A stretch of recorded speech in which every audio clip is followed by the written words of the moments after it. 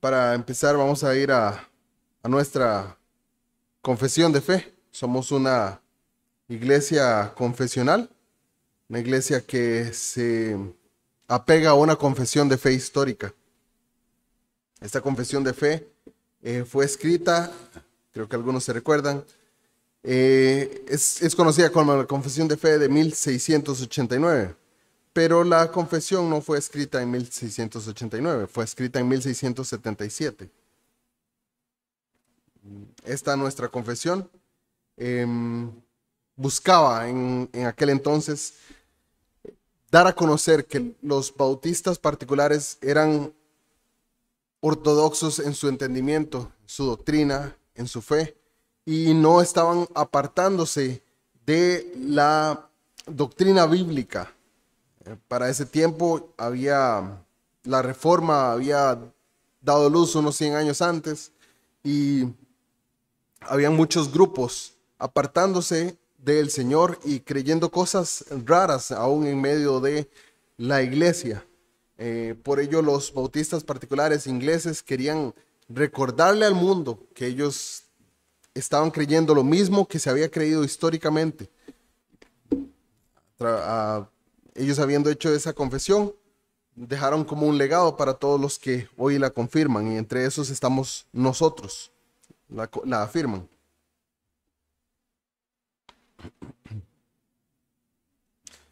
El nombre de nuestra iglesia es Iglesia Bautista Reformada de Liberia, y confesamos este documento histórico. Es algo que hacemos porque buscamos también estar abiertos al mundo y entender, y que el mundo entienda o conozca qué es lo que creemos. No buscamos ocultar doctrinas o enseñanzas, sino más bien las abrimos a la luz, a los ojos del mundo entero y de las iglesias de Dios, para recordarles que andamos en armonía conforme a esta ortodoxia histórica de la iglesia. Si bien en medio de nosotros se acostumbra a mencionar la palabra Trinidad, pocas veces se hace meditación real acerca de lo que significa o de lo que estamos diciendo. Y aún en medio de las iglesias de Dios es difícil encontrar a alguien que nos defina inmediatamente si le preguntamos ¿qué es la Trinidad? Bueno, es Dios, ¿verdad? Eso es lo que muchas veces escuchamos. No escuchamos una definición clara. Y no que pretendamos tener una definición absoluta de lo que Dios es, porque aún así lo que Dios es misterio, y Él mismo es incomprensible. Él sí ha dejado una revelación y nos la ha dado en sus sagradas escrituras, a las cuales debemos aferrarnos para confesar aquello que Él ha dicho y no lo que Él no ha dicho. A menudo en medio de nosotros escuchamos expresiones como la Santísima Trinidad o la Trinidad, y la mayor parte del tiempo estas expresiones, aunque correctas acerca de la naturaleza de Dios, son usadas en contra del tercer mandamiento, tomando el nombre de Dios en vano, el cual dice: no tomarás el nombre de Jehová tu Dios en vano, porque no dará por inocente Jehová al que tomare su nombre en vano. Éxodo 27. Si Dios nos permite, iremos a través de lo que como iglesia reformada encontramos en la confesión a la que nos aferramos, la Confesión Bautista de Fe de Londres de 1689. Y hablaremos entonces de las afirmaciones y las categorías bíblicas que definieron estos conceptos. Y también recordaremos que hablamos del único Dios vivo y verdadero, quien ha traído salvación a los hombres a través de su obra trinitaria. Y nuestro deseo como creyentes debe ser el tener un entendimiento más claro acerca de Dios, de su obra, para que nuestra adoración sea conforme a la verdad, a esa verdad que Él ha revelado. Al hablar y comentar la doctrina de Dios, debemos estar muy apercibidos de nuestras limitaciones, de que la hemos recibido de Dios en su revelación, tanto en las Escrituras como, ya sabemos, en la revelación general en la naturaleza, en la creación. Y que en medio de esto Dios ha usado lenguajes humanos para comunicarse o para comunicarnos cosas divinas. Y ahí yace el problema. Tenemos un gran problema a la hora de tener esto expresado en el lenguaje humano. ¿Y cuál es este problema? ¿Cómo podemos, como hombres limitados y con un lenguaje limitado, hablar o expresarnos del Dios infinito?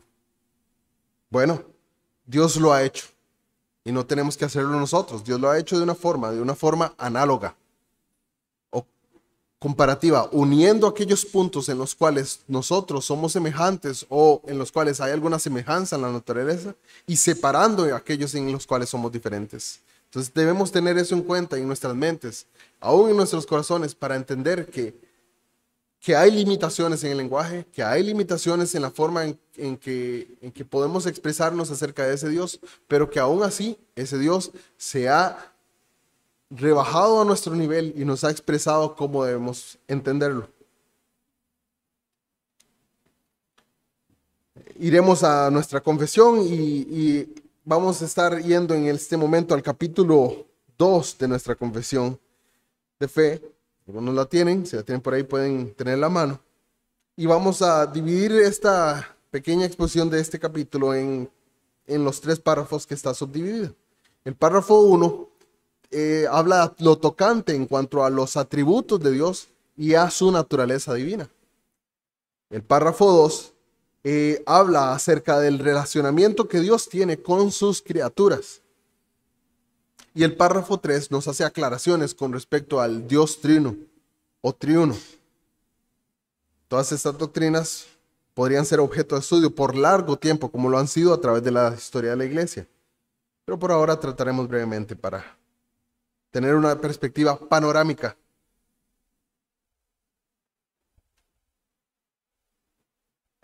Leamos el párrafo 1 del capítulo 2 de nuestra confesión de fe.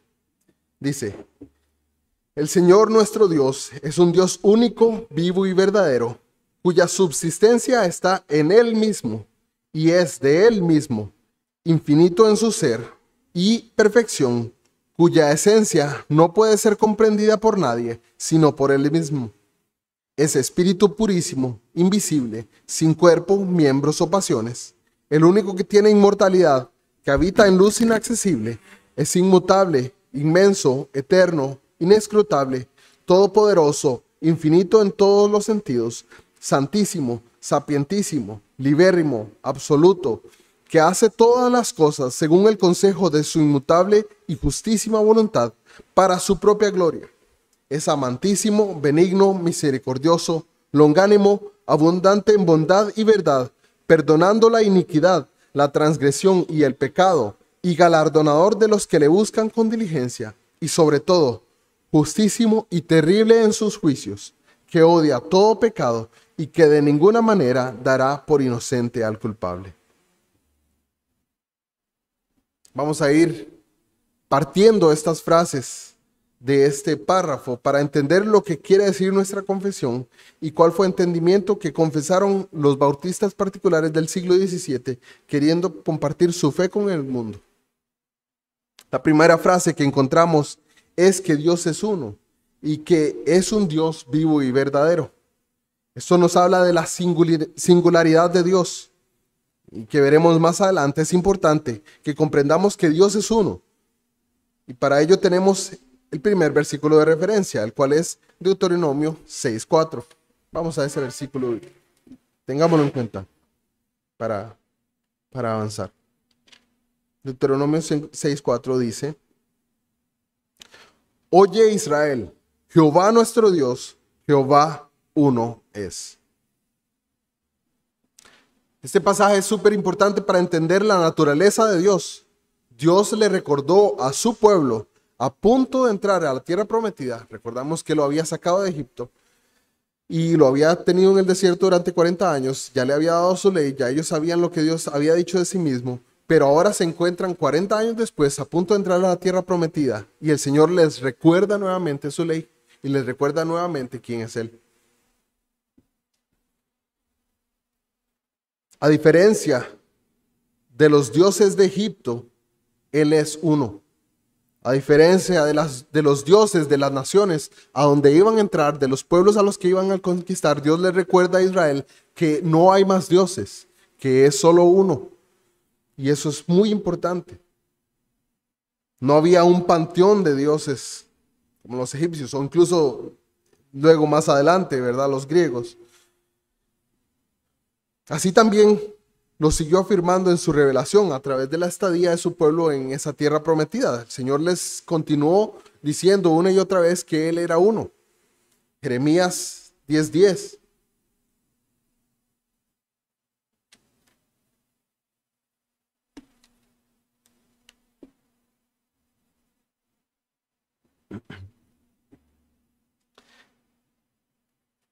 Dice, mas Jehová es el Dios verdadero, Él es Dios vivo y Rey eterno. A su ira tiembla la tierra y las naciones no pueden sufrir su indignación. Esta afirmación también la vemos más adelante, no solamente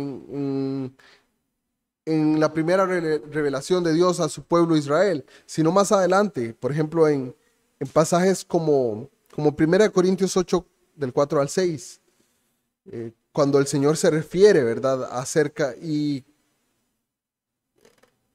exhorta a la iglesia en Corinto acerca de los ídolos. 1 Corintios 8, 4 al 6. Pueden buscarlo, pueden seguirme. Dice, acerca pues de las viandas que se sacrifican a los ídolos, sabemos que un ídolo nada es en el mundo y que no hay más que un Dios.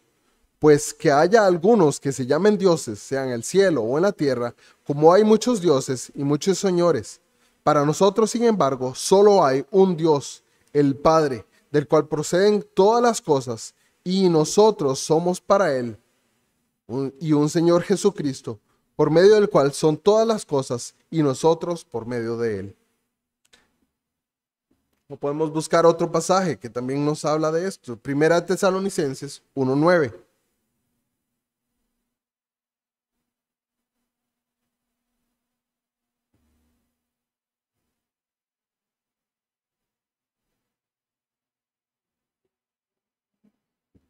Dice, porque ellos mismos cuentan de nosotros la manera en que nos recibisteis y cómo os convertisteis de los ídolos a Dios para servir al Dios vivo y verdadero.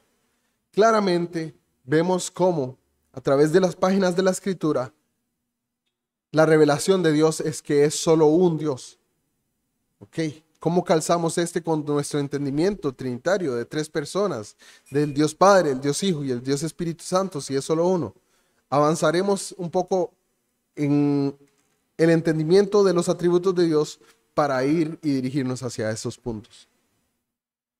La segunda afirmación que vemos en este párrafo de la confesión es que Dios existe en sí mismo y por sí mismo.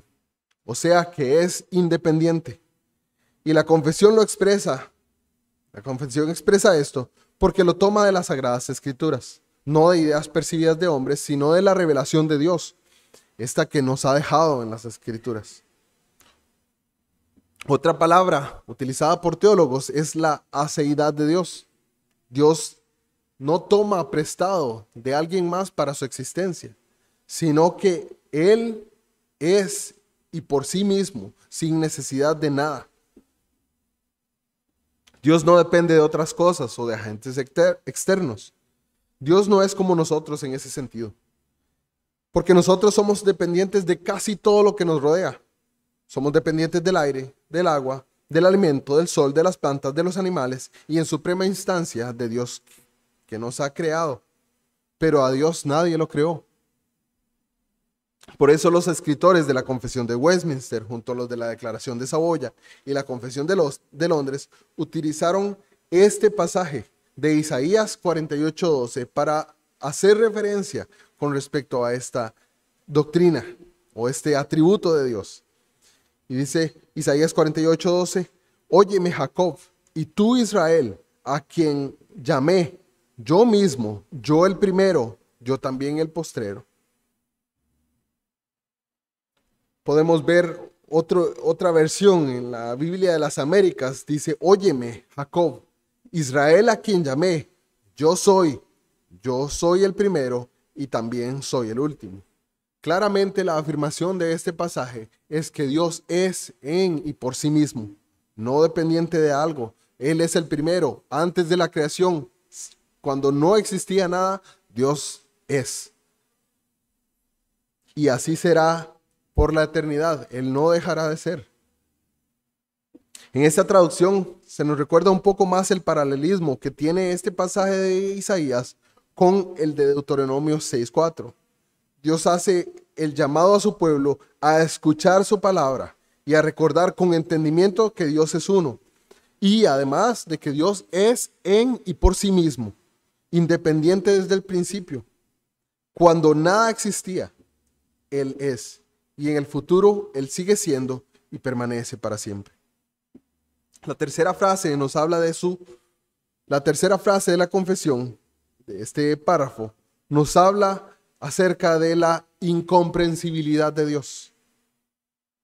El misterio es, del misterio que Dios es, el misterio que es Dios, y no solamente para nosotros, sino para toda la creación.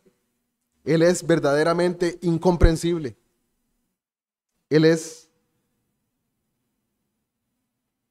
él se da a conocer y puede ser conocido por nosotros, sus criaturas, pero ¿quién puede tener la mente o el entendimiento pleno de Dios? No hay, no existe. No hay una criatura que lo tenga, porque todas las criaturas son finitas. Él no.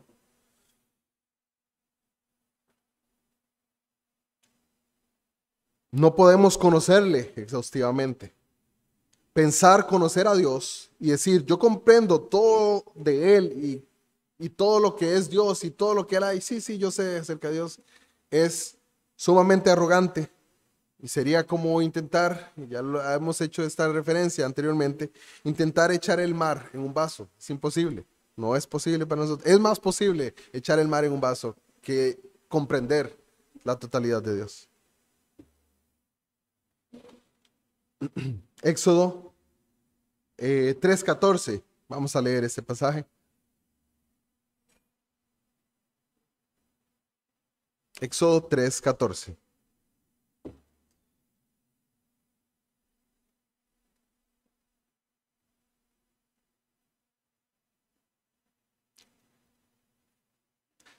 Dice, y respondió Dios a Moisés, yo soy el que soy. Y dijo, así dirás a los hijos de Israel, yo soy, me envió a vosotros. En este caso en particular vemos cómo Dios se identifica con su pueblo, aquel que había escogido de una forma directa, sin basarse en explicaciones del misterio de su ser. Simplemente no les dice comparativamente, bueno, yo soy aquel. Después les da una pequeña explicación, yo soy el Dios de Abraham, de Isaac y de Jacob, pero les dice, yo soy el que soy, ¿verdad? Se da a conocer de esta manera, es Dios. Se da a conocer de una forma simple. Soy el que soy, el mismo que es, que era y que ha de venir, sin cambio, sin sombra de variación, como podemos ver en otros pasajes. Cuando estamos describiendo a alguien que conocemos, normalmente lo hacemos comparativamente. Lo comparamos con alguien más que sea conocido en común o con cosas conocidas para nosotros, con su cabello, con su altura, con su tono de piel, con sus ojos, con todas estas cosas que son conocidas para nosotros. Pero a Dios, ¿quién lo puede describir? ¿Quién le ha visto jamás? Eso es importante que entendamos, que lo meditemos. Eh, por ejemplo, vamos a un par de pasajes en el libro de Job. Job 11, 7 al 8. Job 11, 7 al 8.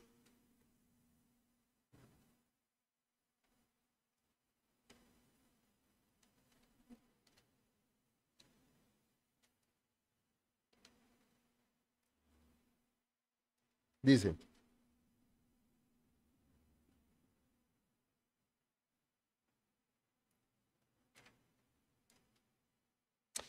¿Descubrirás tú los secretos de Dios? ¿Llegarás tú a la perfección del Todopoderoso? Es más alta que los cielos. ¿Qué harás? Es más profunda que el Seol. ¿Cómo la conocerás? Claramente esta pregunta está hecha por parte de Zohar a Job. Y es una pregunta correcta. Los amigos de Job tenían razón en muchas cosas, pero aún así tenían un entendimiento errado de Dios en otras cosas. Claramente la pregunta es retórica, es imposible. Es imposible descubrir todos los secretos de Dios o llegar a la perfección del conocimiento del Dios Todopoderoso. Vamos a Job 26:14.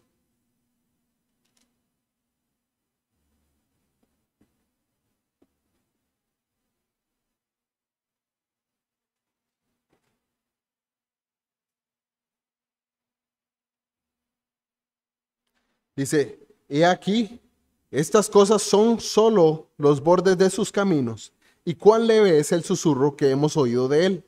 Pero el trueno de su poder, ¿quién lo puede comprender? Job responde a sus amigos que están acusándole. Entonces Job responde de esta manera, ¿verdad? Lo que conocemos de Dios son solo los bordes de sus caminos, no son Dios completo. No podemos comprender todo lo que es Dios o todo lo que hay en él, todo lo que es su ser. Vemos así como una y otra vez las escrituras nos hablan acerca de la incomprensibilidad de Dios. Por ejemplo, el Salmo 145:3 dice, grande es Jehová y digno de suprema alabanza, y su grandeza es inescrutable. Romanos 11:33-34. Oh profundidad de las riquezas de la sabiduría y de la ciencia de Dios, cuán insondables son sus juicios, e inescrutables sus caminos, porque ¿quién entendió la mente del Señor? ¿O quién fue su consejero? Nuevamente, esta afirmación de la incomprensibilidad de Dios. Dios es incomprensible, pero se da a conocer. Y eso es un alivio y una alegría, un gozo para nosotros, que nos deje conocerle. Todos estos pasajes referenciados en la confesión exaltan el tema de la humildad. Cuando Dios habla de sí mismo, debemos caer en cuenta que Él es Dios y nosotros sus criaturas. Entonces debemos humillarnos. Que nuestro conocimiento, por grande que sea en nuestra jactancia, es totalmente insuficiente para entender a Dios en su plenitud. Por ello debemos acercarnos a Dios en su palabra y prestar nuestro oído y corazón a aquello que Él ha revelado. Debemos guardar el misterio. Veremos más de este misterio de Dios cuando hablemos de Dios en su Trinidad. La cuarta frase, vamos a la cuarta frase del párrafo 1. Dios nos habla de su espiritualidad. Dios es espíritu. Ahí nos habla de su espiritualidad, su simpleza y su indivisibilidad. Y aunque ya la primera frase habla en cuanto a lo tocante de que Dios es uno, en esta frase tenemos una aclaración con respecto a su naturaleza. Dios es espíritu purísimo. Vamos a ir pasajes que tocan lo que vemos en esta pequeña frase, en esta frase que hemos tomado. Juan 4:24 dice, Dios es espíritu y los que le adoran en espíritu y en verdad es necesario que le adoren. Las afirmaciones en la palabra son acerca de que Dios es espíritu. Por ejemplo, vamos a otro pasaje, 1 Timoteo 1:17.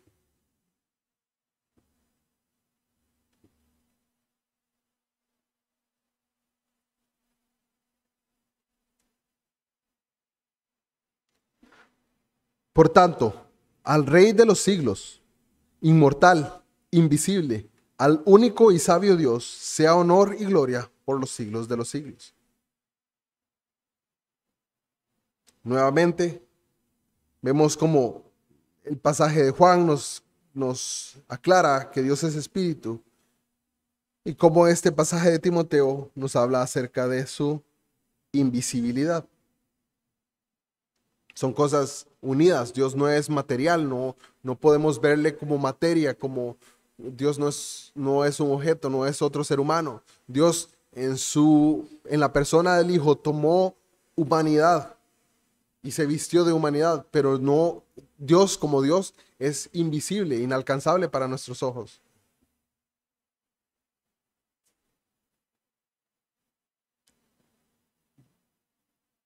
Voy a ir a través de unos pasajes que nos señalan y tal vez puedan seguirme. Deuteronomio 4:15 al 16. Deuteronomio 4:15 al 16.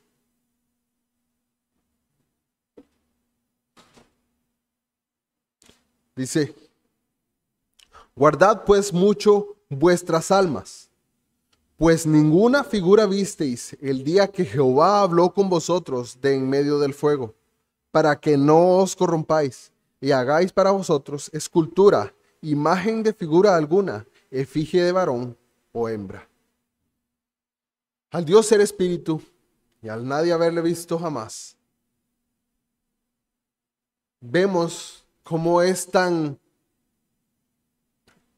terrible, cómo es tan pecaminoso la idolatría. El comparar a Dios a algo y tallar algo o hacer algo en imagen de cosas terrenales y decir que eso es Dios. Dios no es eso y no se parece a eso.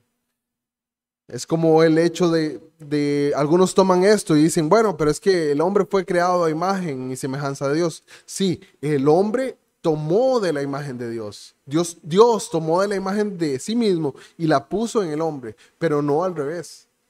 Y ese es el error, ese es el grave error. Por ejemplo, cuando decimos que tenemos una imagen de alguien, o una foto de alguien, o una pintura de alguien, una estatua de alguien, eso se parece a aquello, a lo real, pero no es lo real. Y no tiene todos los aspectos, ni todos los ámbitos, ni todas las aristas que tiene lo real. Así cuando hablamos de Dios, cuando tomamos de su semejanza, no significa que somos iguales a Él. Significa que Dios tomó cosas suyas y las puso en el hombre al hacernos semejantes a Él. Aún así, nuestra humanidad hoy en día se encuentra manchada de pecado y es mucho menos semejante a Dios de lo que era anteriormente, antes de la caída. Entonces, por eso, aún menos. Lucas 24, en Deuteronomio, ok, Lucas 24:39 dice, mirad mis manos y mis pies, que yo mismo soy. Palpad y ved, porque un espíritu no tiene carne ni huesos, como veis que yo tengo. El Señor le recuerda esto a Tomás, que dudaba, ¿verdad? Pero a la vez afirma que un espíritu no tiene carne ni huesos, como él tenía en ese momento, ¿verdad? Estaba en su humanidad. Él había resucitado en su cuerpo humano. Luego, podemos, la otra afirmación en medio de esa frase, de ese párrafo, es que sin cuerpo, miembros o pasiones. Para esto iremos a Hechos 14, del 11 al 15.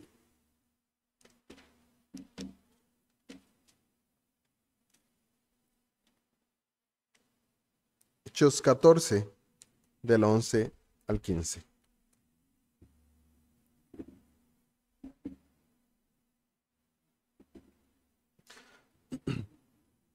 Entonces la gente, visto lo que Pablo había hecho, alzó la voz, diciendo en lengua lacónica, dioses bajo la semejanza de hombres han descendido a nosotros, y a Bernabé llamaban Júpiter y a Pablo Mercurio, porque este era el que llevaba la palabra. Y el sacerdote de Júpiter, cuyo templo estaba frente a la ciudad, trajo toros y guirnaldas delante de las puertas, y juntamente con la muchedumbre quería ofrecer sacrificios. Cuando lo oyeron los apóstoles, Bernabé y Pablo rasgaron sus ropas y se lanzaron entre la multitud dando voces y diciendo, varones, ¿por qué hacéis esto? Nosotros también somos hombres semejantes a vosotros, que os anunciamos que de estas vanidades os convirtáis al Dios vivo, que hizo el cielo, la tierra, el mar y todo lo que en ellos hay. Otro pasaje que vamos a leer es Santiago 5:17.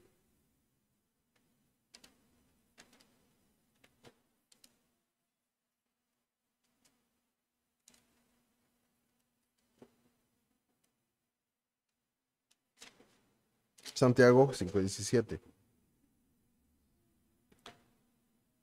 Dice, Elías era un hombre sujeto a pasiones, semejante a las nuestras, y oró fervientemente para que no lloviese, y no llovió sobre la tierra por 3 años y 6 meses. Claramente en estos pasajes que hemos leído vemos como Dios es sin cuerpo físico y no es parte del mundo material que nosotros conocemos. Tampoco debemos entender, también debemos entender que Dios no es como nosotros en cuanto a forma física o corpórea. Y esta es una dificultad particular en nuestros días cuando estamos permeados en nuestra sociedad de lo que se llama el racionalismo material. Este dice que todo lo que hay es lo que vemos y lo que podemos tocar. Lo único que existe es lo material. Este pensamiento lidera cada vez más y permea nuestra sociedad.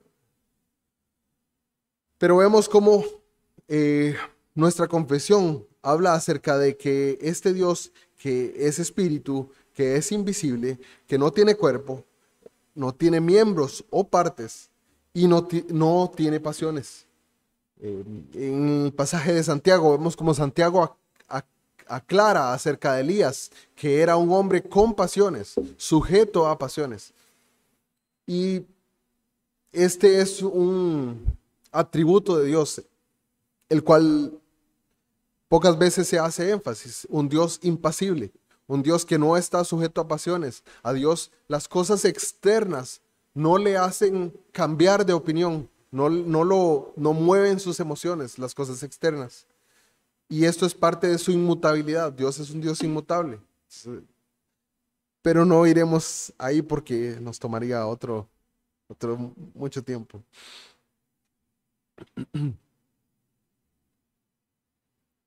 La quinta frase del párrafo 1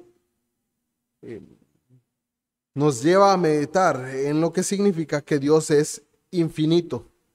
Aquí son mencionados muchos de atributos de Dios solamente en esta pequeña frase. Pero veamos los pasajes que se usaron para desarrollar esta afirmación y así entender este entendimiento a la hora de exponer esta frase. Inmutable. Vamos a ir a los pasajes de Malaquías 3:6. Creo que es conocido por algunos. Vamos a ir a él. Malaquías 3:6.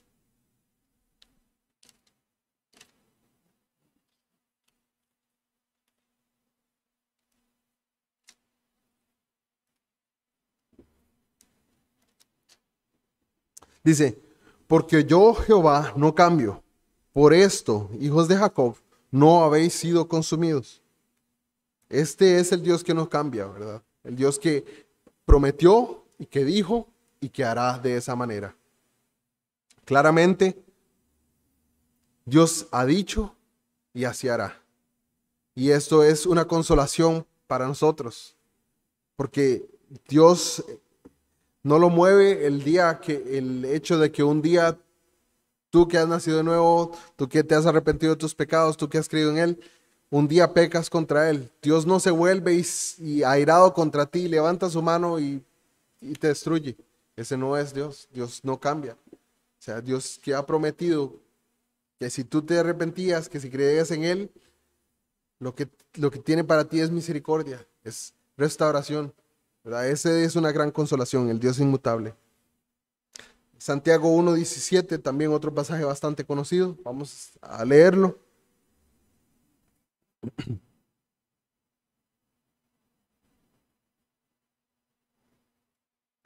Dice, toda buena dádiva, todo don perfecto, desciende de lo alto, del Padre de las luces, en el cual no hay mudanza ni sombra de variación. Recordemos, todas las bondades, todo lo que recibimos, todas las buenas cosas que tenemos día a día, provienen de Dios, del Dios inmutable, del Dios que no cambia. ¿Verdad? Él ha dispuesto un tiempo para el fin de este mundo, pero Él no va a cambiar, no está extendiendo y encogiendo ese tiempo y dándole más y dándole menos, sino que su paciencia, ¿verdad? Es la que extiende el tiempo para que, en la que ha dejado que sea este tiempo, para que más personas vengan al arrepentimiento. Él es el Dios infinito. Vamos a Primera de Reyes 8:27.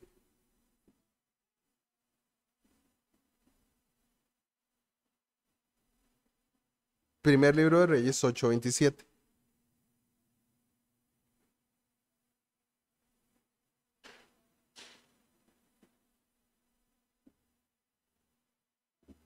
Dice, pero es verdad que Dios morará sobre la tierra. He aquí que los cielos de los cielos, no te pueden contener, cuanto menos esta casa que yo he edificado. Claramente la pregunta, ¿podemos hacer templos? Sabemos que Él no habita en templos hechos por manos de hombres que no le pueden contener, pero sí Él se eh, presenta, Él está presente en medio de la adoración de su pueblo. Pero claramente la imagen aquí es que ni la tierra, ni los cielos, ni las cosas creadas no pueden contener la infinidad de Dios. Jeremías 23, del 23 al 24 dice, soy yo Jehová de cerca solamente, dice Jehová, y no Dios desde muy lejos. ¿Se ocultará alguno, dice Jehová, en escondrijos que yo no lo vea? ¿No lleno yo, dice Jehová, el cielo y la tierra? Claramente Él es infinito y no hay forma de esconderse o ocultarse de Él. Él es eterno. Salmo 92. Vamos a leer Salmo 92.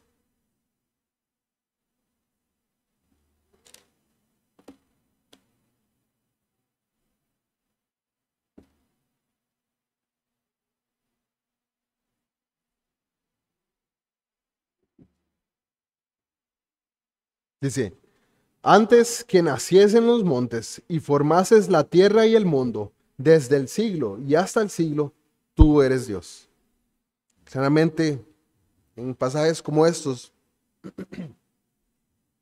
vemos cómo Dios se habla a su pueblo acerca de su eternidad, acerca de su preexistencia antes de la creación. Él es quien creó. Primera Timoteo 1:17. Por tanto, al Rey de los siglos, inmortal, invisible, al único y sabio Dios, sea honor y gloria por los siglos de los siglos. Amén. Él es también todopoderoso y santo. Génesis 17:1. Dice, era Abraham de edad de 99 años cuando le apareció Jehová y le dijo, yo soy el Dios todopoderoso, anda delante de mí y sé perfecto. Dios se revela a Abraham y le dice, yo soy el Dios todopoderoso, yo tengo todo el poder, yo tengo toda la fuerza. Y eso es también consolación para Abraham. ¿Por qué? Porque le está diciendo a Abraham que ande delante de él, del Dios todopoderoso, y que sea perfecto, sea conformado a él, sea perfeccionado.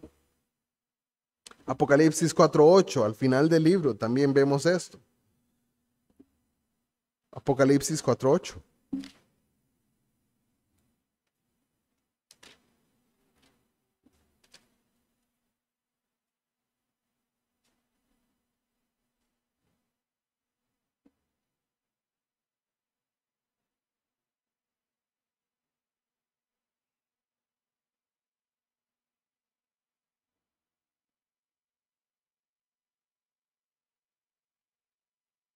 Perdón, creo que estoy equivocado del pasaje.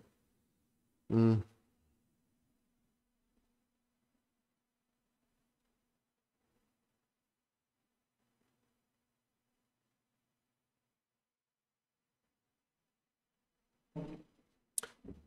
Vamos al siguiente pasaje porque creo que tengo la cita mal.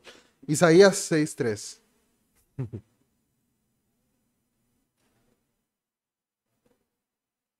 Ok, ok, sí. Dice, sí, 4:8 está bien. Y los cuatro seres vivientes tenían cada uno 6 alas, y alrededor y por dentro estaban llenos de ojos, y no cesaban día y noche de decir, Santo, Santo, Santo, es el Señor Dios Todopoderoso. Él es el dueño de todo el poder, de toda la gloria y de toda la honra. Él hace y hará. Vemos esto aún al final en el libro, en el último libro que tenemos de la Biblia, como Dios eh, aún deja a conocer, da a conocer que Él es el Dios Todopoderoso, ¿verdad? El libro de Apocalipsis es un libro enfocado a la consolación del pueblo de Dios en medio del sufrimiento y la persecución de la iglesia en los primeros siglos. Este libro no es un libro de, de misterio, sino un libro para consolación del pueblo de Dios que se encontraba perseguido, ¿verdad? Eso lo vemos en, en la declaración de la introducción de Apocalipsis.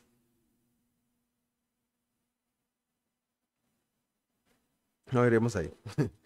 El, Otro de los atributos de Dios que vemos en esta frase es que es sabio. Para eso toma la confesión, el pasaje de Romanos 16:27, para hablar de esto. Dice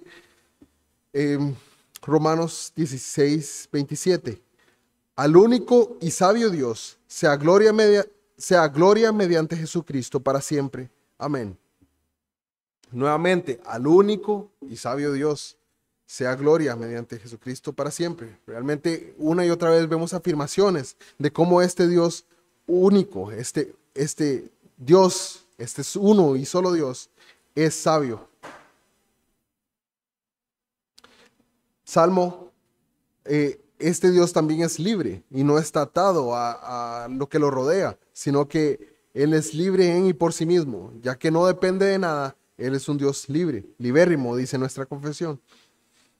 Salmo 115, versículo 3.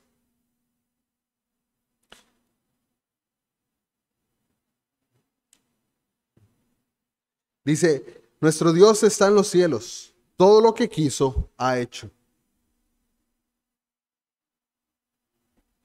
No, muchas veces vemos como el mundo alrededor de nosotros em, se revela en contra de la afirmación de que Dios es un Dios libre y que Dios tiene que hacer lo que yo le dije, ¿verdad? O tiene que darme lo que yo le pedí. Dios no es ese Dios. Dios es un Dios libre de ataduras. Sí, lo que Él ha dicho, Él lo hará. Eso es definitivo. Pero no está atado a cosas externas. No depende de ellas. La sexta frase de este párrafo toca aquello que concierne a la soberanía de Dios y sobre quienes se extiende su gobierno y al fin y al cabo su propósito. Los pasajes que tenemos para que la confesión toma para hablar de la soberanía de Dios son Efesios 1:11.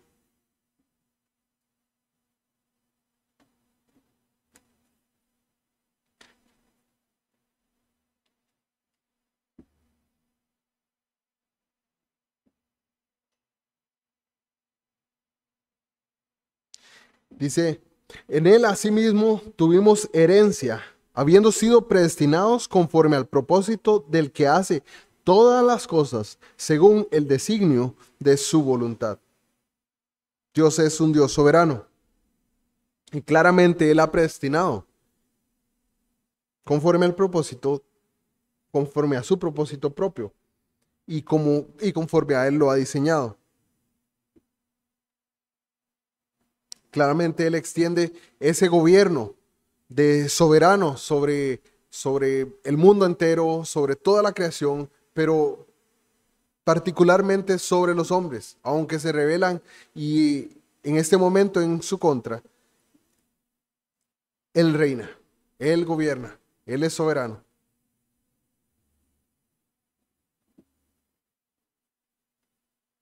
Proverbios 16:4. Todas las cosas ha hecho Jehová para sí mismo, y aún al impío para el día malo. Vamos a Romanos 11:36.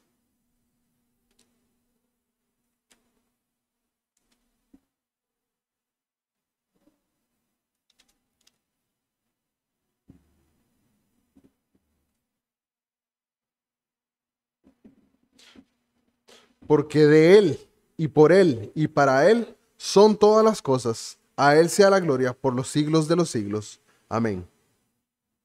Es claro mediante todo el consejo de Dios que su soberanía se extiende sobre toda la creación. Nada hay que se salga del dominio de Dios, de este Dios vivo y verdadero.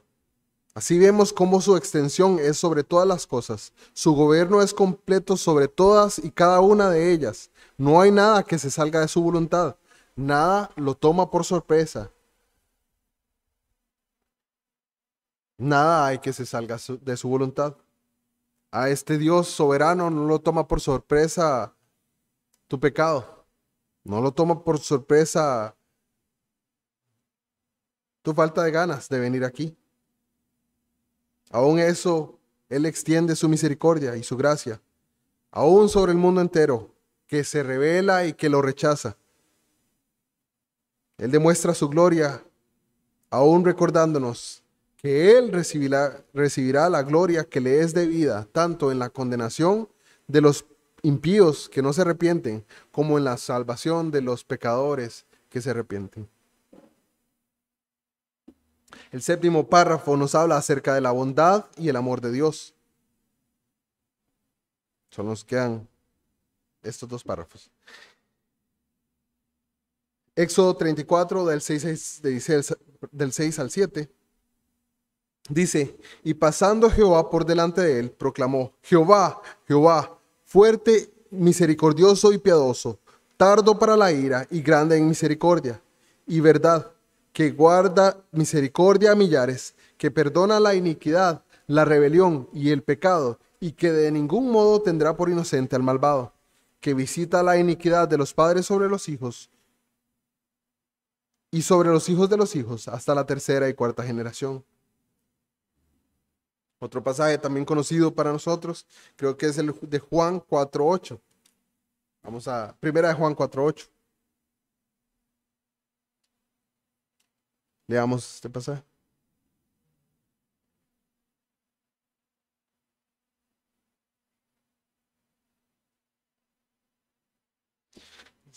El que no ama no ha conocido a Dios, porque Dios es amor. Nuestra confesión usa estos dos versículos para recordarnos lo maravilloso y grande del amor de Dios por sus criaturas. En parte, en la gracia común, sosteniendo el mundo entero y a los malos que viven en él, proveyéndoles aún el aire con el que blasfeman contra su nombre. Y a la vez nos recuerda que Dios no solo tiene amor, sino que Él es amor. Todo el amor que conocemos tiene su principio en Dios, porque Él es la fuente de amor. Nosotros los hombres tenemos un grave problema al hablar de este Dios bueno y amoroso, porque entendemos que Dios es bueno y que nosotros no. Por eso venimos una vez más en humildad y arrepentimiento delante de Él, reconociendo que Él es bueno y que su soberanía se extiende y que su misericordia se extiende. Nos humillamos delante de Él, reconociendo nuestro pecado, nuestra maldad, nuestra necesidad de Él. La última frase del primer párrafo nos recuerda la justicia de Dios y hace una división en la forma en que Dios expresa esa justicia hacia los hombres. Dios recompensa a los que le buscan y castiga al culpable. Hebreos 11:6. Veamos.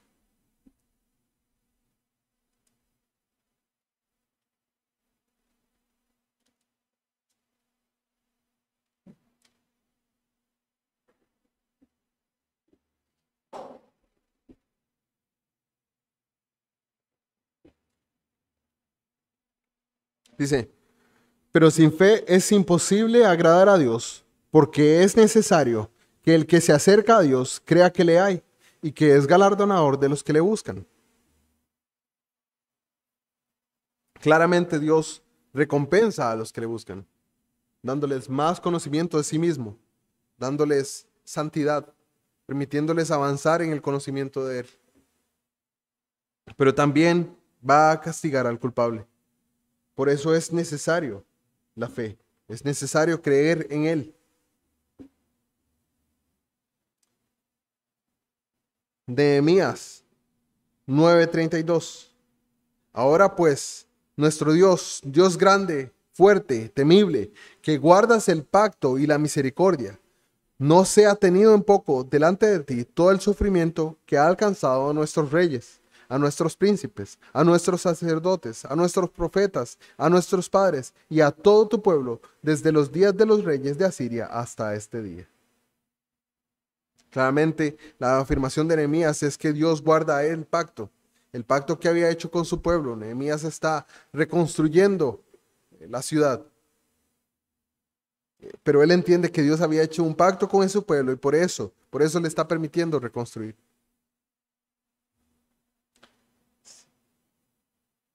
Salmo 5, 5 al 6. Salmo 5, del 5 al 6.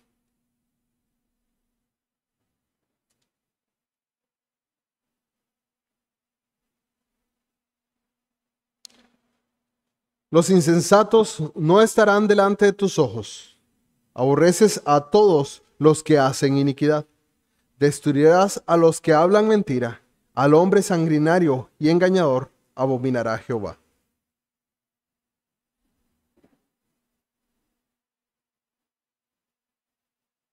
Claramente,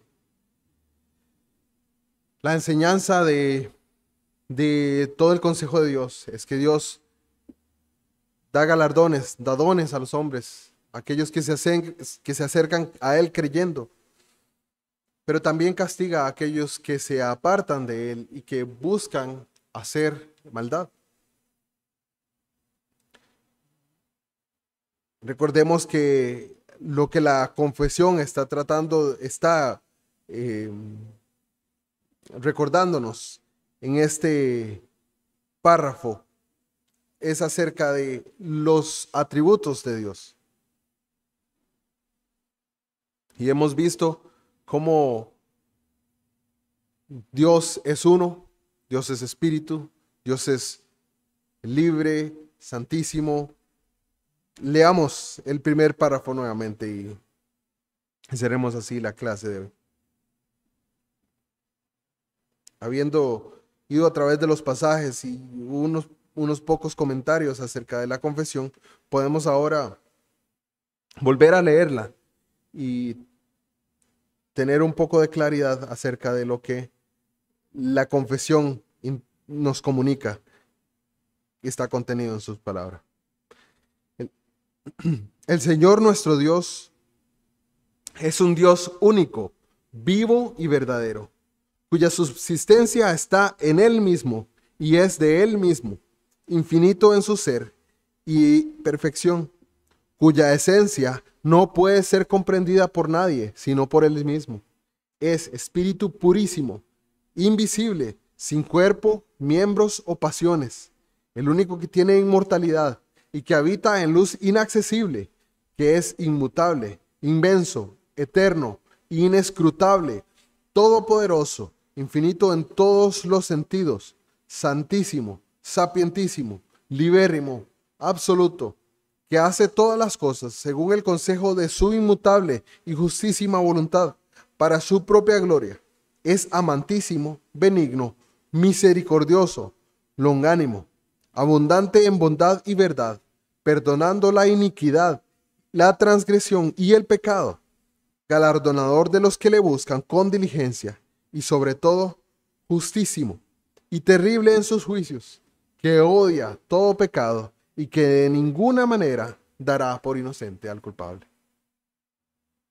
Creo que vemos cómo nuestra confesión expone tema acerca de Dios, que se encuentra en la palabra, acerca de sus atributos, quién es Dios en su esencia.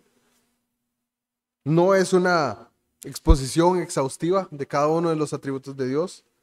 Simplemente es un panorama para recordarnos que este Dios que se ha revelado en sus sagradas escrituras es el Dios majestuoso, y hay majestad en cada uno de sus atributos. Hay infinidad en cada uno de sus atributos. Él es todopoderoso en sus atributos. Y debemos de esa manera preparar nuestra mente para entender en cómo ese Dios infinito, ese Dios soberano, ese Dios majestuoso se ha relacionado con nosotros, seres de la tierra, del polvo, del barro, y cómo se revela de esa manera para darnos a conocer al Hijo y darnos a conocer, veremos si el Señor lo permite, su Santísima Trinidad. El Señor les bendiga y seguimos al receso.